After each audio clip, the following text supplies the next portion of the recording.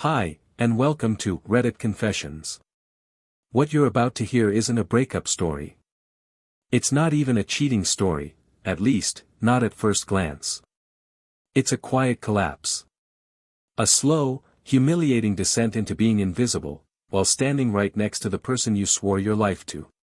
This story doesn't start with a wedding or a happy memory. It starts with a trash can. A silver, pedal-operated trash can in our kitchen. I had just put on my shoes. They were still wet from the rain earlier. I remember that because my heel made a squishy sound when I shifted my weight. It was one of those small, stupid details your brain latches onto right before your dignity gets dragged across the floor. She stood by the mirror, applying lipstick with surgeon-level precision. Her dress was deep burgundy. Her heels made her 2 inches taller than me. I didn't say anything. I just waited for her to turn and smile the way she used to. Instead, she gave me a glance like I was the cab driver taking her somewhere she didn't want to be seen. Then it happened. She zipped up her clutch, checked her phone, and said, almost under her breath, "If anyone asks, we're not together." I blinked. Thought I misheard. She didn't look at me. Just kept scrolling. I just don't want drama, okay? Not tonight. Not tonight. Like it's a choice I get to make on Thursdays. I walked to the counter where the invitation sat. Crisp, gold-trimmed edges. Custom print. The kind of invite you put on the fridge with a magnet and call it elegant. I held it for a second, staring at our names printed side by side. Then I walked to the trash can. Stepped on the pedal. Heard the lid hiss open. Dropped it in. And let it close with a soft thunk. She didn't flinch. Didn't ask why. She just walked out. And somehow, that was worse than if she'd screamed at me. You don't realize how far gone someone is until your absence doesn't even make them look back. So I sat in the kitchen. My shoes still damp. The trash can still open a crack. And all I could think about was how long I've been pretending this wasn't happening. This wasn't about a party. It was about becoming optional. And no one deserves to feel optional in their own marriage. I didn't move from the kitchen for at least 30 minutes. Maybe more. It wasn't silence I was sitting in, it was humiliation. And humiliation has a sound. It hums in your ears. It presses on your chest. It echoes louder than any shouting match could. I sat at the edge of the stool, still hearing her heels fading down the hallway, her scent lingering in the air like a ghost. And I kept replaying that one sentence, "If anyone asks, we're not together." Not, "Let's talk later." Not, "I'm feeling confused." Just a quiet erasure of everything we ever built. I got up eventually. I don't know why. Maybe just to feel like I had control over something. I walked down the hallway into the bathroom and looked at myself in the mirror. You know what hit me hardest? I didn't recognize the guy staring back. My shirt was wrinkled. My face looked 10 years older than I felt. My eyes, hollow. I used to have this little hopeful sparkle in them. Now it looked like someone had stolen it and never gave it back. I wasn't the husband I thought I was. And worse, she wasn't the wife I believed I married. The night dragged on like a punishment. I sat on the living room couch while the firelight from our fake fireplace flickered against the walls. We used to sit there together with mugs of hot chocolate. I'd always add 2 marshmallows to hers. She thought 1 was too little, 3 was too much. 2 was perfect. I remembered that tonight because I saw the unopened bag of marshmallows in the cupboard. I hadn't touched it in months. Around 11 p.m. her location popped up on my phone. I hadn't asked for it, she just never turned it off. She wasn't at the party. Not even close. She was across the city, downtown, at a bar we used to visit back when we were still dating. It was the same place we shared our first real kiss. The one she called accidental but electric. I remembered her words exactly. So why was she there now, without me? Why was she erasing our history in the very place it began? I told myself not to spiral. Not to jump to conclusions. But you don't need hard evidence when the emotional evidence is screaming at you. The lies aren't always verbal. Sometimes they look like lipstick too perfectly applied, or glances that dart when they used to linger, or cold dismissals like, "Don't be dramatic." I started doing the thing I swore I wouldn't. I opened her recent photos. The ones saved to our cloud. Most were harmless. But one caught my breath. It was a mirror selfie, recent, time-stamped from just a few nights ago. She was in a hotel bathroom I didn't recognize, wearing a dress I'd never seen before. Her face was glowing. And worst of all, there was a man's jacket visible on the bed behind her. Dark gray, with a familiar-looking cuff. I stared at that photo until my vision blurred. She hadn't said it out loud yet. But everything else already had. And somehow, the worst part wasn't even the possible affair.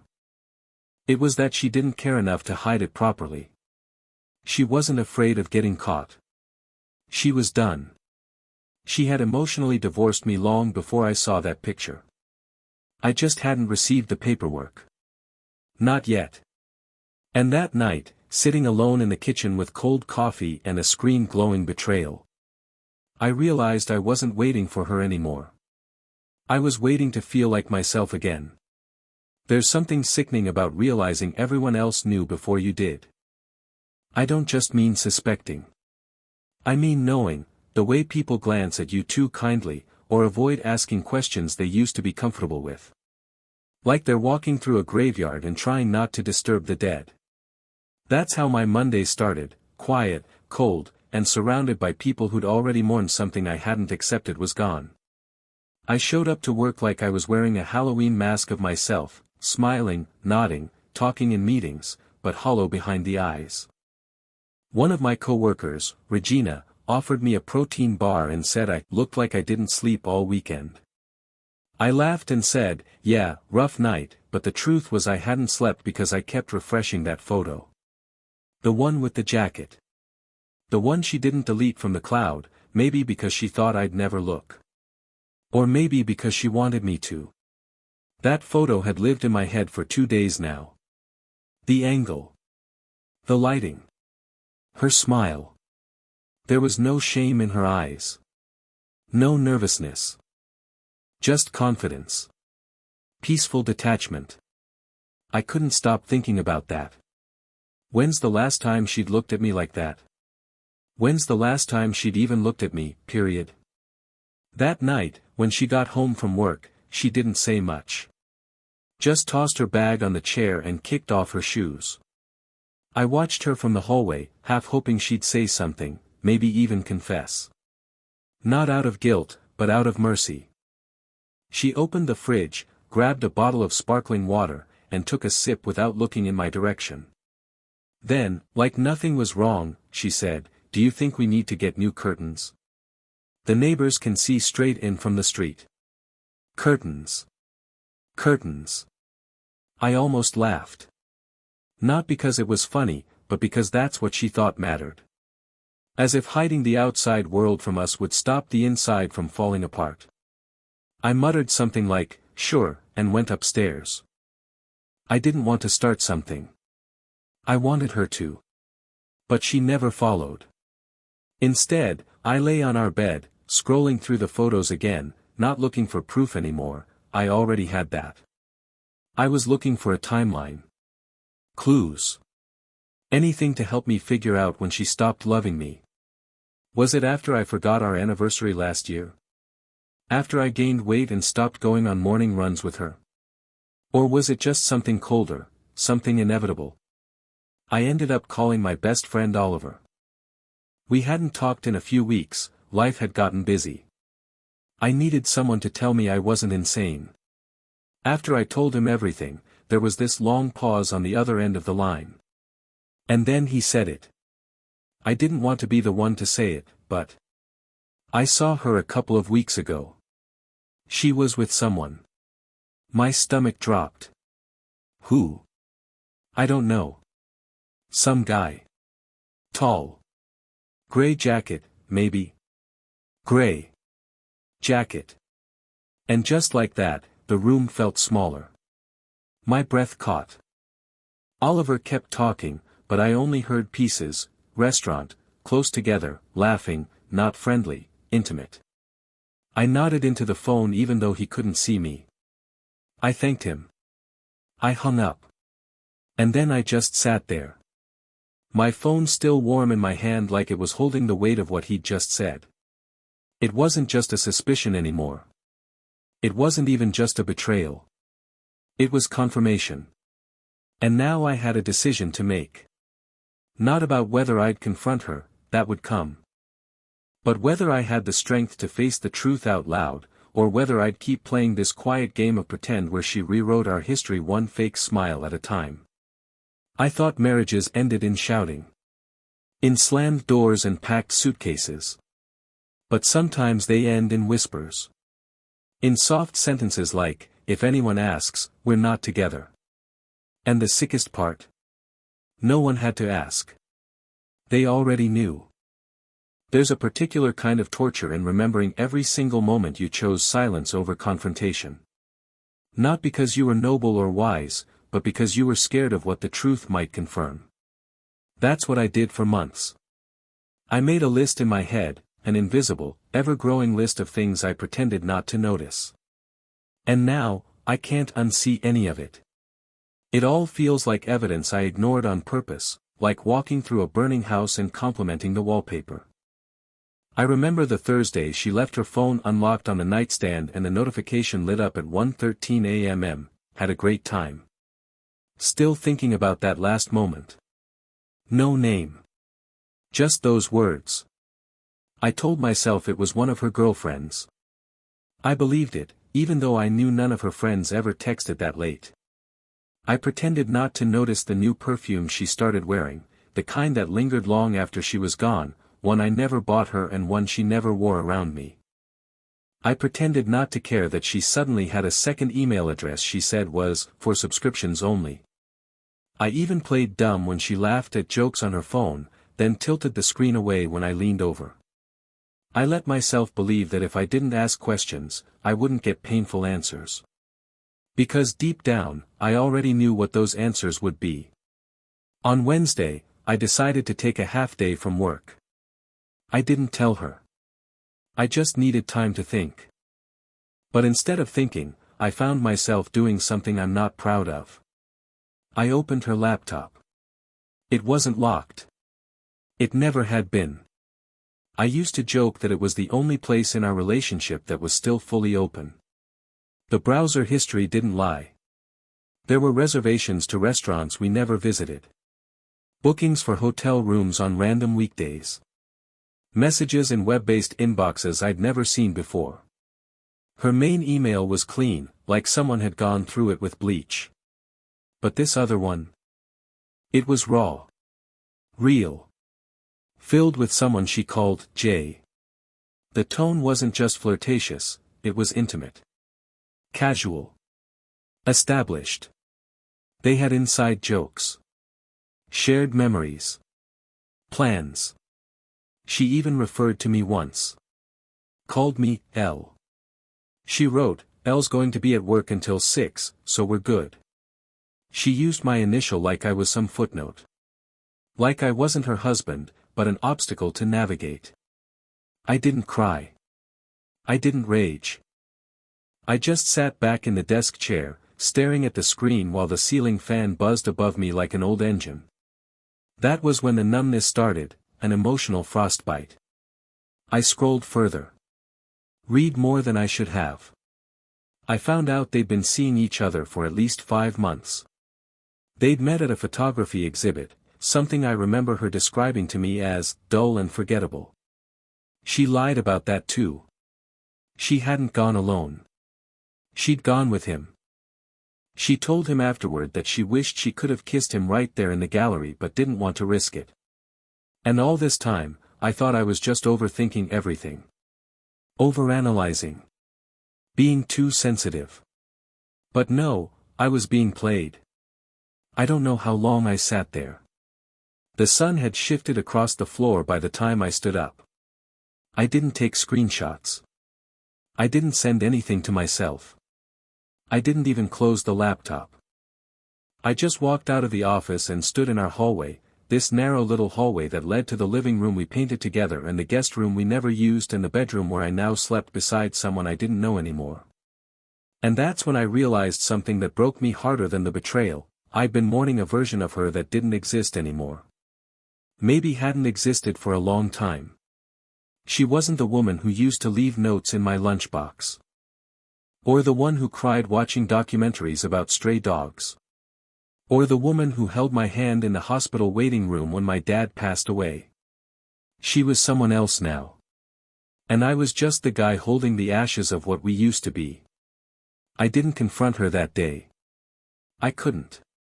Because I needed to decide who I was going to be when I finally did. And whether I'd be strong enough not to beg her to stay. I spent the next 24 hours in a fog. I don't remember what I ate. I don't remember what time I went to bed. I don't even remember sleeping. All I know is that at some point, I opened my eyes and it was morning, and she was standing at the foot of the bed, fully dressed in athletic wear, tying her shoelaces like she hadn't just gutted me open with the sharp edge of her secrets. It was surreal, almost like watching someone perform in a play I didn't audition for. She looked at me and said, "I'll be back in an hour. I need a run." And that was it. No good morning, no kiss, no glance that said anything beyond obligation. But I didn't reply. I just stared at her like she was some kind of illusion, a projected version of the woman I married. Because in that moment, everything felt staged. Her outfit. Her calm tone. Even the way she tied her shoes, tight, precise, confident, felt like a performance.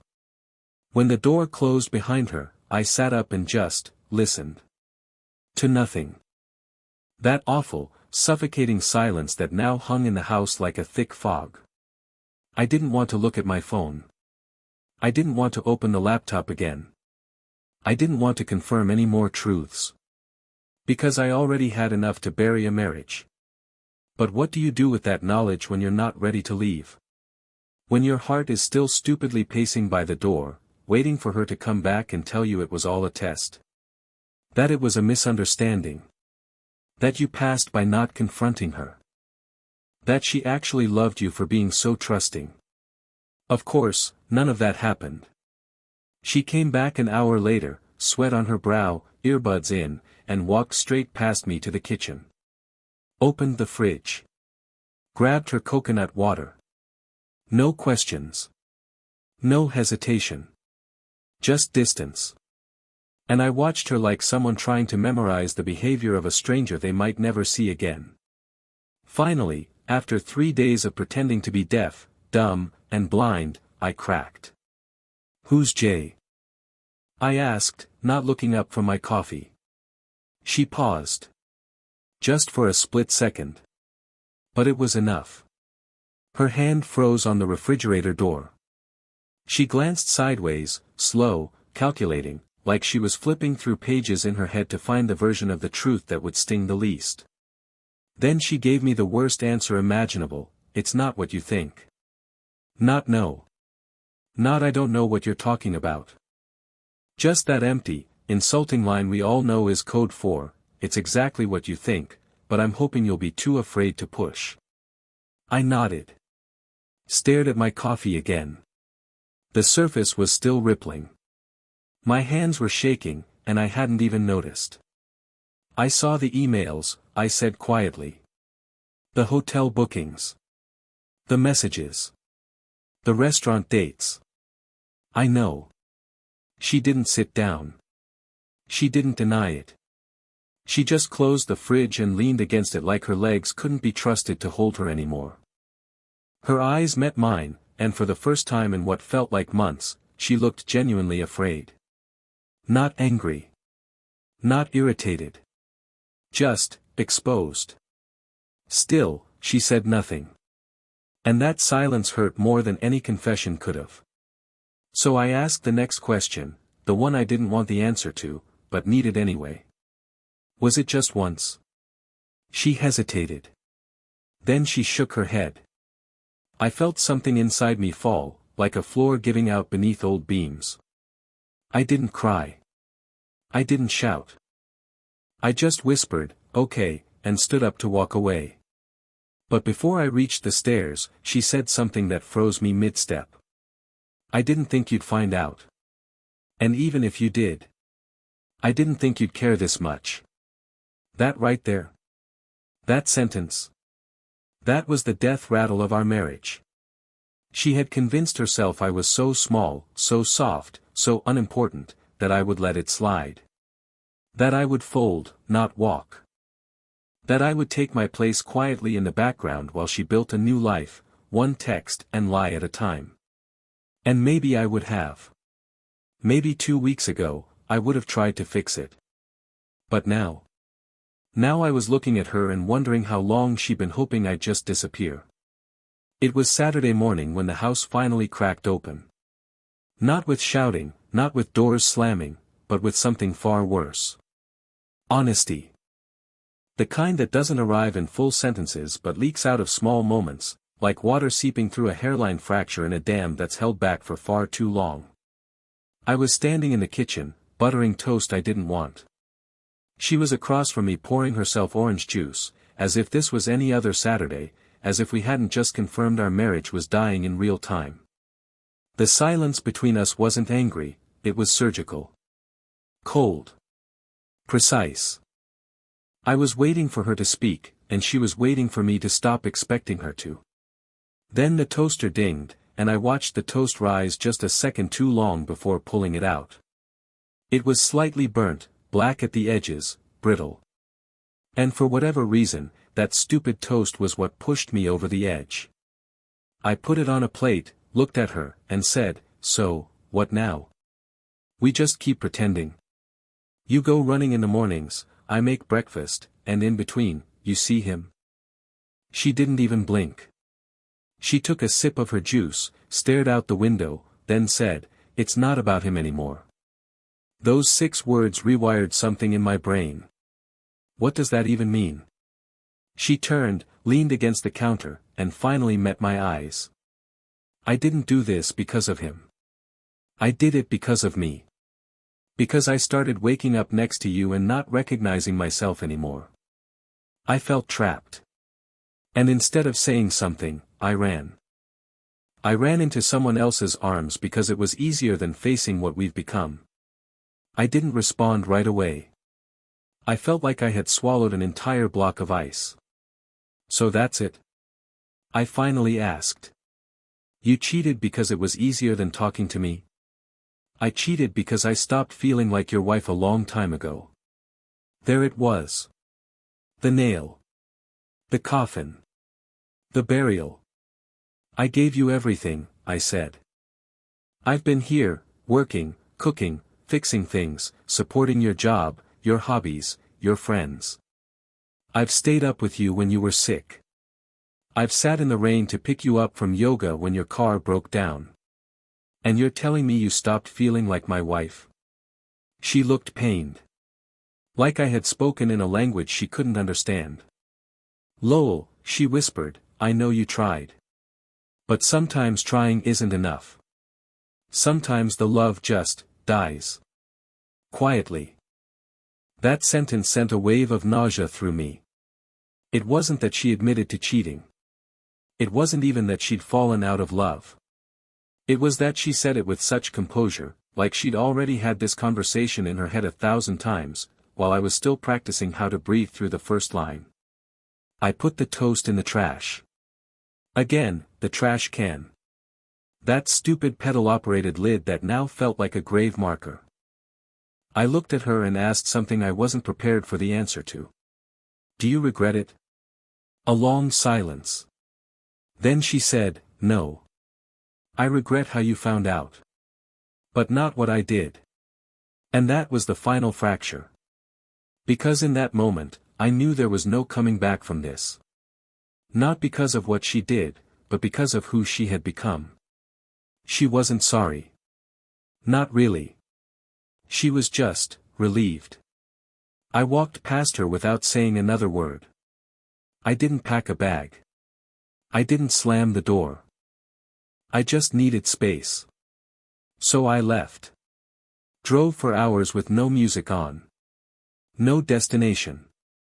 Just me and the road, with my heart bleeding in the passenger seat. At one point, I ended up at this overlook where we used to go years ago. We carved our initials into a tree there. I found the tree. The bark had grown around the letters, swelling and distorting them. You could barely read them anymore. It felt fitting. It took me nearly 5 hours before I finally turned the car around. Not because I wanted to go back home, but because there was nowhere else to go. Every coffee shop I passed felt too loud. Every parking lot too exposed. Every park too filled with people who didn't look like they were barely holding their soul together. So I did what I always do, I ran in circles until I exhausted myself, then ended up right back where I started. But this time, I didn't go straight home. Instead, I sat in a grocery store parking lot with the windows down, letting the evening breeze sweep through the car like it might somehow clean out the grief clogging my chest. I had my phone in my hand, screen dark, thumb hovering over the same contact I hadn't tapped in years. Eli. My older brother. We hadn't talked much since the wedding. Something about the way I'd rushed into things had left tension between us. He never liked Macy. He didn't hide it either. Said she reminded him of our mother. Cold. Calculating. Manipulative. At the time, I thought he was just being dramatic. Now. I wasn't so sure. I stared at his name for a long time. I didn't want to call because I knew what he'd say. I could already hear the "I told you so" buried under his sigh. But I also knew he'd answer. Because even if we were distant, Eli was never the kind to leave someone twisting alone in the wind.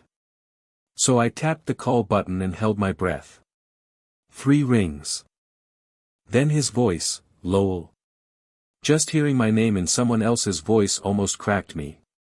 I didn't even say hi. I just said, "She's cheating on me. And she doesn't even feel bad." There was a long pause. He didn't say, "I'm sorry." He didn't ask for details. He just said, "Where are you?" "By the grocery store on Pine," I mumbled. "I'll be there in 15. I sat there after hanging up, hands trembling, finally letting the weight of the past week settle on me. It wasn't the betrayal alone, it was the sudden loneliness that came after. Like I'd been ejected from the very life I'd spent years building, and now I was just floating, unanchored, waiting to either drift into something new or crash.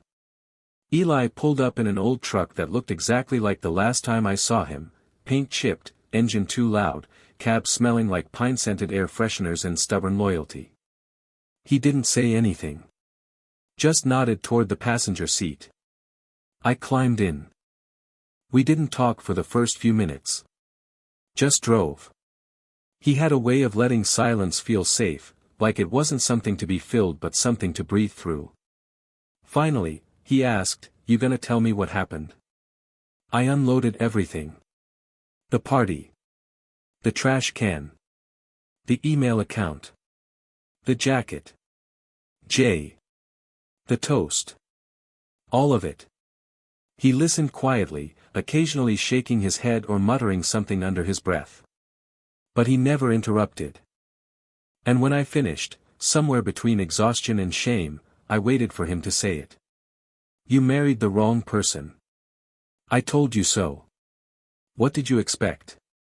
But instead, he just said, "You stayed too long at a table where love stopped being served. That doesn't make you stupid. That makes you hopeful. There's a difference." And I nearly cried right then. That night, I didn't go back home. I crashed on Eli's couch, wrapped in one of those old fleece blankets with sports logos I used to mock him for keeping. He made grilled cheese and handed me a beer. We watched a movie we didn't care about. And for the first time in weeks, I felt human. Still broken. Still wrecked. But not invisible. The next morning, my phone buzzed. A message from Macy. Just 3 words, "We need to talk." I stared at it for a long time. And then I did something I never thought I'd do. I didn't reply. Because maybe, for the first time in our entire relationship, I was the one in control of the silence. It took me 2 full days before I walked back into the house. Not because I wanted to return, but because I needed to. For closure. For my clothes. For my own dignity. Eli had offered to let me stay longer, offered it without strings, without judgment, but I knew if I didn't go back soon, I'd let her have the last word. And after everything she took, I couldn't let her take that too. When I stepped inside, the air felt colder. Emptier. The kind of emptiness that didn't come from absence, but from emotional vacuum. The space where love used to live had been hollowed out so cleanly it felt surgical. She was sitting on the couch, already dressed like she was heading somewhere, maybe to work, maybe to avoid me. She looked up when I entered, surprised I didn't knock. "I wasn't sure you'd come," she said softly. "I wasn't sure either," I replied, hanging my keys on the hook that used to hold hers. We sat across from each other, me in the armchair, her on the edge of the couch. Like we were clients in some negotiation. Her hands were clasped tightly. Her nails were perfect. Polished. Controlled. Everything about her still looked pristine. But for once, I didn't feel small in front of her. "I didn't message you again," she said. "I figured you'd reach out when you were ready." I nodded. "I didn't respond because I realized I don't owe you that anymore." Her face twitched, just slightly. "I deserved that." There was a pause, and then she sighed. "I don't know how to ask this without sounding selfish, but do you hate me?" I shook my head. "No. I don't hate you. I just finally see you for who you are. And that's enough." She looked away, jaw tightening. "I guess I thought I'd feel more free when it all came out. But I just feel sad." "You're not sad about losing me," I said. "You're sad that it didn't feel better to leave me." Her silence was my answer. I stood up and walked to the bedroom, packed my things with calm hands, folded shirts I didn't even like anymore. When I zipped the bag and turned around, she was standing in the doorway. "I know I said something awful before," she murmured. "About not thinking you'd care. I was wrong." I shrugged. "I cared more than you'll ever understand. That's why I'm walking away now. Because I finally care about myself more." And that was it. I didn't yell. She didn't beg. There were no fireworks. Just 2 people who had loved once, but didn't anymore. As I walked out the door, I left the key on the counter. Not as a gesture of peace, but as a boundary. A quiet declaration that I would no longer shrink to fit the small version of me she'd grown comfortable with. I moved into a small apartment near Eli's place. Got a new job, freelance IT work, more flexible, more time to breathe. I started taking walks again. Mornings feel different now. Lighter. Like the weight I was carrying had a name, and now it's no longer mine to hold. And the wildest part? I'm okay. No dramatic endings. No epic revenge. Just healing. Quiet, steady healing. So if you're watching this, and you've ever stayed somewhere too long, or let someone define your worth by how invisible you're willing to be, just know this. You're allowed to leave. Even if the only person giving you permission is you. Thanks for watching this story here on Reddit Confessions. If you've ever had a moment where everything changed because of one sentence, or one choice, drop it in the comments. What was your turning point? What did you learn from it? We'd love to hear your story. See you in the next one.